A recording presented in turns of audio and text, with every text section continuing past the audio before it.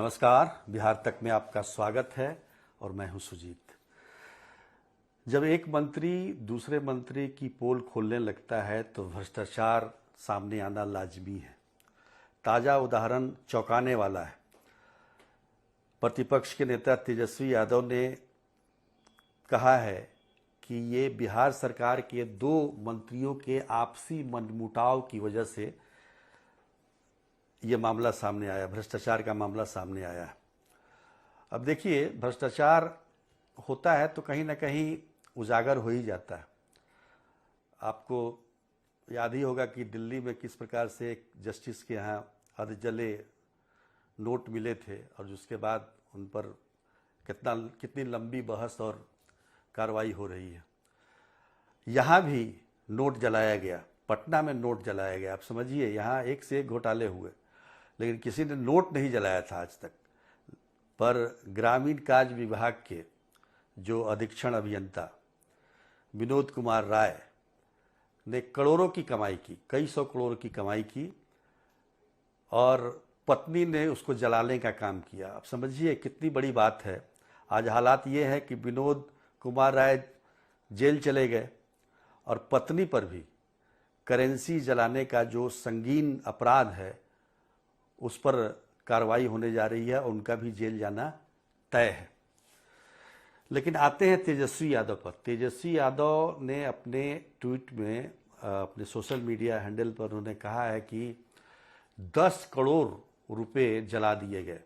अब समझिए, हालांकि जब आर्थिक अपराध इकाई की टीम उस इंजीनियर के घर पहुंची पटना के भूतनाथ रोड में, तो रात के 1:30 हो रहे थे, लेकिन दरवाज़ा नहीं खुला और दरवाज़ा खुला 6 बजे सुबह। इस बीच में ये जो समय मिला, उस समय में इंजीनियर की पत्नी ने नोट जलाने का काम किया और नोट इतनी भारी मात्रा में जलाया गया कि टॉयलेट के पाइप जाम हो गए और यहाँ तक कि मोहल्ले की पाइप में भी मतलब वो भी जाम हो गया और नगर निगम को सफाई के लिए बुलाना पड़ा। तो समझिए कितनी भारी संख्या में ये नोट जलाए गए होंगे। तेजस्वी यादव कह रहे हैं कि 10 करोड़, दूसरे कुछ और कह रहे हैं। अभी जो अधजले नोट मिले हैं वो 12-13 लाख के करीब में, और इतना सब जलाने के बाद भी 52 लाख रुपए नगद उस इंजीनियर के घर पर पाए गए। अब समझिए कि कहानी की शुरुआत वहाँ से होती है जब ये इंजीनियर मधुबनी से करीब 4 करोड़ रुपए लेके पटना आ रहा था और किसी सफ़ेद पोस्ट को देना था, उस रुपये की डिलीवरी देनी थी। लेकिन रास्ते में ही आर्थिक अपराध इकाई को भनक लग गई और उसे पकड़ने की कोशिश हुई, लेकिन वो किसी न किसी रास्ते से अपने घर पहुंच गया। और घर पहुंचने के बाद फिर आर्थिक अपराध इकाई की टीम जो है उसके घर पर पहुंचती है, लेकिन उस समय घुसने नहीं दिया जाता है और सुबह 6 बजे दरवाज़ा खुलता है तो पता चलता है कि वहाँ जले हुए नोट दिखाई दे रहे हैं। अब समझिए इस बात को, आज से 3-4 साल पहले एक इंजीनियर इसी प्रकार से लगभग 75 लाख रुपए लेके आ रहा था हाजीपुर मुजफ्फरपुर रोड पर, उसको पकड़ा गया, रुपए बरामद हुए। लेकिन उस इंजीनियर ने एक ही बयान कहा था कि वो भी इसी विभाग का मामला था कि अगर मैं मुंह खोल दूंगा तो पटना हिल जाएगी। क्या हुआ उस इंजीनियर का, क्या कार्रवाई हुई, कोई नहीं जानता है। लेकिन ये समझने वाली बात है कि 100 करोड़ रुपए चल अचल संपत्ति जिसके बारे में कहा जा रहा है, ये विनोद कुमार राय के पास है, कहाँ से आई है ये अकूत संपत्ति। भ्रष्टाचार का पैमाना कितना बड़ा है इसका अंदाजा इस बात से लगाया जा सकता है।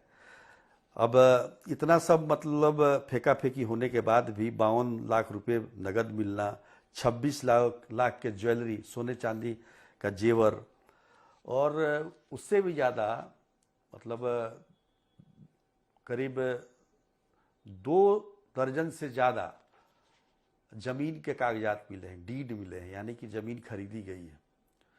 आखिर कोई देखने वाला नहीं है क्या?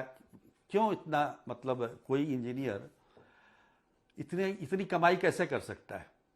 जाहिर है कहीं ना कहीं से उसे संरक्षण मिल रहा है, और संरक्षण कहाँ से मिलता है? तो सत्ता से ही प्राप्त होता है।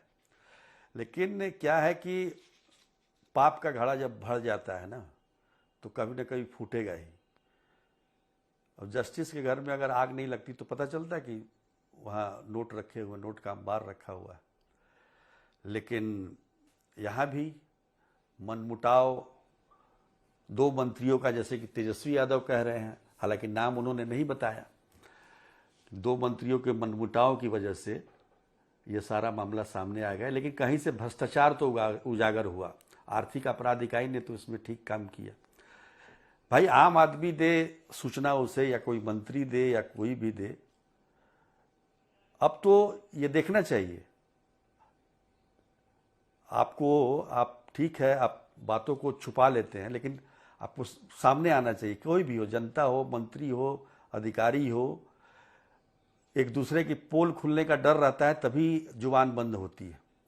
लेकिन एक बार जब जुबान खुल जाती है तो फिर इधर से भी खुलेगी, ये भी बात तय है, एक ही तरफ तो होगा नहीं।